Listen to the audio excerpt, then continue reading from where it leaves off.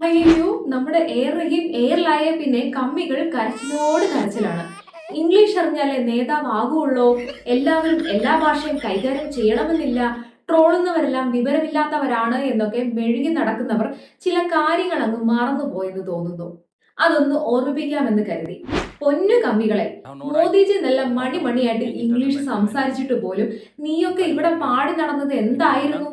ഹിന്ദി മാത്രമേ അറിയുള്ളൂ, ഇംഗ്ലീഷ് സംസാരിക്കാൻ അറിയില്ല എന്നൊക്കെ നീയൊക്കെ ഇവിടെ പച്ചക്കള്ളം വിളിച്ചു പോയി പരിഹസിച്ച് നടന്നതൊന്നും എന്തായാലും ഞങ്ങൾ മറന്നിട്ടില്ല. അപ്പോൾ നിങ്ങളുടെ ഈ ഇരവാദമൊക്കെ AKG സെന്ററിൽ ചുരുട്ടി വെച്ചിരിക്കുകയായിരുന്നു.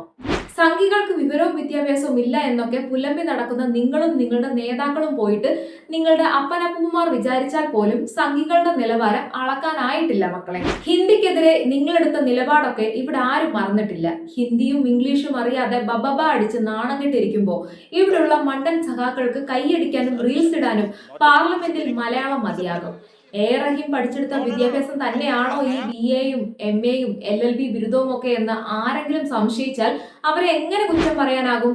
എന്തായാലും കമ്മികളെ, നിങ്ങൾക്കിപ്പോ നല്ല കഷ്ടകാലം തന്നെയാണ്. ചെമ്പായാലും ഇംഗ്ലീഷ് ആയാലും എറിയുന്നതെല്ലാം കണക്കിന് തന്നെ തിരിച്ചു കിട്ടുന്നുണ്ട്. അതങ്ങ് മേടിച്ചു കൂട്ടി സായുജ്യം അടയുക എന്നേ പറയാനുള്ളൂ.